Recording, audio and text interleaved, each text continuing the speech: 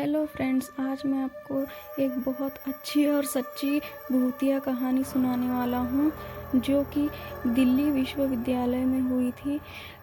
मेरा नाम है निकुंज। मैं दिल्ली विश्वविद्यालय के रूम नंबर 91 में रहने गया था। 1 महीने तक तो बहुत ठीक ठाक से, बहुत अच्छे से मेरे दिन गुजरे और मैं बहुत आराम से रह रहा था। और अचानक से एक दिन मैंने रूम शिफ्ट किया, रूम नंबर 90 पे। और वहाँ पे मैं सो रहा था देर रात तक पढ़ाई करके। करीबन 12 बज गए थे मेरे को सोते सोते, और मैं सो गया। और एक बज गया होगा रात का करीबन। उस वक्त मेरे को बहुत अजीब सी आवाज़ आने लगी और मैं अचानक से उठ गया और घबराने लगा। और मैं आस पास में देखने लगा। आस पास तो कोई भी नहीं था, लेकिन आवाज़ तो आ रही थी। और मैंने सोचा कि बाहर कोई घूम रहा होगा, देर रात तक पढ़ाई करके कोई अचानक से घूम रहा होगा या फिर कहीं वॉशरूम वगैरह जा रहा होगा। यही सोचकर मैंने सोचा कि मैं सो जाता हूँ, वक्त बहुत हो चुका है। उस टाइम मैं 1:30 बज गए थे। फिर मैं सो गया। सोने के आधे घंटे बाद फिर से आवाज़ें आने लगी और तुरंत मैं उठ गया, क्योंकि मेरी नींद तो उतनी पक्की नहीं थी। आधे घंटे पहले ही सोया था, नींद भी बहुत मुश्किल से ही आई थी। तो मैंने सोचा कि मैं लाइट ऑन करके बाहर देख के आता हूँ। उस वक्त मैंने लाइट ऑन किया और मैं बाहर कॉरिडोर में देखा। वहाँ पे तो कोई भी नहीं था, सभी के दरवाजे बंद थे और सारी लाइट भी ऑफ थी। फिर मैं वापस अंदर आ गया रूम में।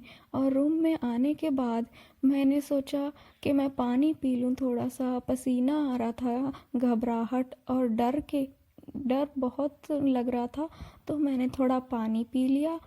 पानी पीने के बाद मैंने सोचा कि मैं लाइट ऑफ करके फिर से सो जाऊं। फिर मैं सोने लगा और लाइट जैसे ही मैंने ऑफ की तो मुझे लगा कि मेरे बेड के पास ही कोई चल रहा है। मुझे अचानक से, मैं घबरा के फिर से उठ गया और मैंने फिर से लाइट ऑन करके देखा तो वहाँ पे तो कोई था ही नहीं। और लाइट ऑन करने के बावजूद भी वो आवाज़ आती रही और वो चलने की आवाज़ भी आ रही थी। और दरवाजे और खिड़कियों के पास एक और आवाज़ आ रही थी, जैसे कि नाखूनों से खुरेसते हैं ना, वैसी आवाज़ आ रही थी। तो मैंने सोचा यहाँ पे कोई जानवर भी नहीं है। मैं थोड़ी देर पहले जाके आया हूँ बाहर, बाहर भी कोई नहीं है। ये आवाज़ कैसी है?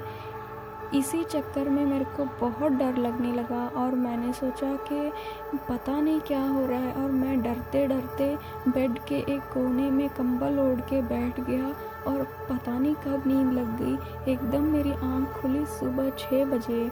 जब मेरी आँख खुली तो सारे स्टूडेंट्स उठ गए थे और कुछ लोग योगा जॉगिंग वगैरह कर रहे थे, कुछ लोग पढ़ाई कर रहे थे। और मैं घबराया घबराया सभी से मिलकर बात करने के लिए गया। तो वहाँ पे मैंने बताया कि मेरे साथ ऐसा हो रहा है। तो उन्होंने मुझे डायरेक्टली पूछा कि तुम किस रूम में रहते हो, तुम किस रूम में ठहरे हुए हो। तो मैंने बताया तो मैंने तो कल ही शिफ्ट किया है रूम नंबर 90 में। तो उन्होंने कहा अच्छा, वो तो भूतिया कमरा है, वहाँ के तो बहुत किस्से हैं। तो मैंने पूछा अच्छा क्या हुआ था वहाँ पे। तो उन्होंने कहना स्टार्ट किया और एक ने बताया कि वहाँ पे 9 साल पहले एक लड़के ने, जिसका नाम था अनुज, उसने आत्महत्या की थी। और उसके मार्क्स नहीं अच्छे आ रहे थे तो वो डिप्रेशन में आके उसने आत्महत्या कर ली थी। उसी वजह से उस रूम को तब से ताला था। कल ही खुला है, शायद 2-3 महीने पहले ही उसका रिनोवेशन हुआ है। उस टाइम के बाद वहाँ पे कोई भी नहीं गया था, लेकिन आसपास के कमरों में भी महसूस होता था कि उस कमरे से कोई आवाज़ें आ रही हैं। तुम तो उसी कमरे में ठहरे हुए हो, आपको तो फिर बहुत डर लगा होगा, कल आपको नींद भी नहीं आई होगी। ऐसी बहुत सारी डरावनी बातें करने लगे। कुछ लोग तो ये कहने लगे कि अनुज से पहले वहाँ पे एक और शख्स था, उसका नाम था अभिषेक। उसने 9 साल पहले की 9 साल नहीं, पता नहीं कितने साल हो गए, जो अनुज से पहले कुछ साल था, उसने करीबन 25-30 साल हो गए होंगे। वो वहाँ पे रहता था अपने एक कुत्ते के साथ। उसका कुत्ते का नाम था डोरी, और वो अपनी डोरी के साथ रहता था।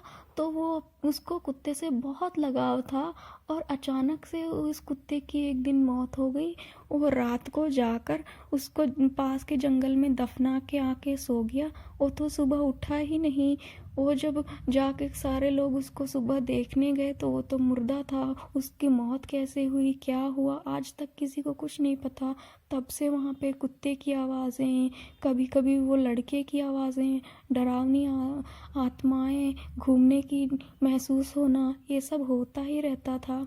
इतना हो गया, इतना सब कह रहे थे लोग, तो मैंने सोचा कि ये बात सच है या नहीं। तो मैंने बहुत लोगों से बात की, तो सारे स्टूडेंट्स ये कह रहे थे कि ये बात सच है, ऐसा बहुत बार हुआ है। यहाँ पे बहुत डरावने से सपने भी आते रहते हैं। हम तो यहाँ आसपास रात को भटकते भी नहीं, शाम को 6 बजते ही सारे कमरे में घुस जाते हैं। तुमने शायद नोटिस नहीं किया होगा, क्योंकि तुम तो दूसरे विंग से अभी इस विंग में आए हो ना, तो तुम्हें ध्यान रखना चाहिए था। मैं तो बहुत घबराया हुआ था। मैं घबरा के अपने एक दोस्त के कमरे में बैठा हुआ था। तो वहाँ पे उसका एक फ्रेंड आया और उसने कहा कि ये तो कुछ भी नहीं, यहाँ पे ईस्ट में एक गर्ल्स हॉस्टल है, वहाँ पे भी एक हादसा हुआ है। वहाँ पे एक अंजलि नाम की एक लड़की रहती थी।